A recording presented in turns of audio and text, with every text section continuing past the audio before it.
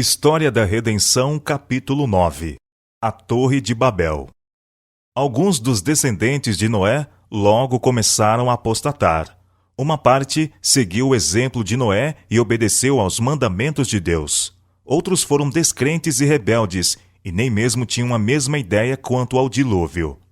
Alguns descriam da existência de Deus e, em sua própria mente, atribuíam o dilúvio a causas naturais.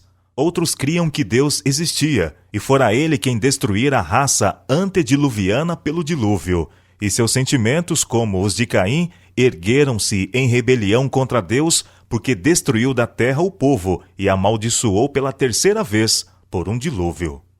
Aqueles que eram inimigos de Deus sentiam-se diariamente reprovados pela justa conduta e piedosa vida daqueles que amavam, obedeciam e exaltavam a Deus.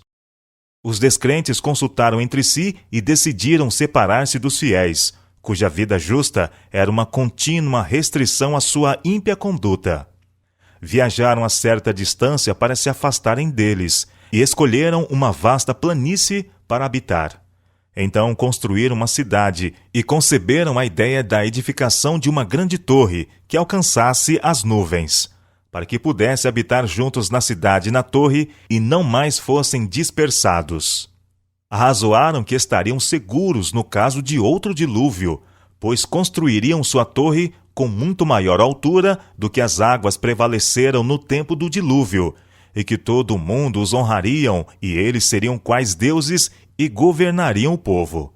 Esta torre foi planejada para exaltar seus construtores e pretendia voltar as atenções dos outros que vivessem na terra de Deus para unirem-se com eles em sua idolatria. Antes do trabalho de construção estar cumprido, as pessoas moravam na torre. Salas foram esplendidamente mobiliadas, decoradas e devotadas aos seus ídolos. Aqueles que não criam em Deus imaginavam que, se sua torre chegasse às nuvens, eles seriam capazes de descobrir as causas do dilúvio. Exaltaram-se contra Deus. Ele, porém, não lhes permitiria completar seu trabalho.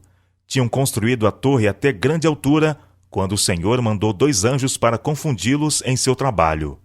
Homens tinham sido apontados para receber as ordens dos que trabalhavam no topo da torre, que pediam material para o seu trabalho, sendo que o primeiro comunicava ao segundo, e este ao terceiro, até que a ordem chegava aos que estavam na base.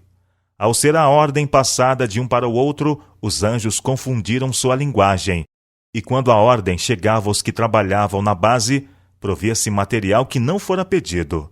Depois de um laborioso processo de fazer chegar o material aos operários no cimo da torre, não era o que eles desejavam.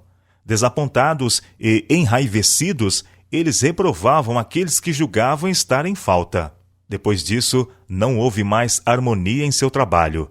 Irados uns com os outros e sem saber a que atribuir os mal entendidos e estranhas palavras entre eles, abandonaram o trabalho, separaram-se uns dos outros e se espalharam sobre a terra. Até aquele tempo, os homens tinham falado uma única língua. Raios do céu, como um sinal da ira de Deus, quebraram a parte superior da torre, lançando-a por terra.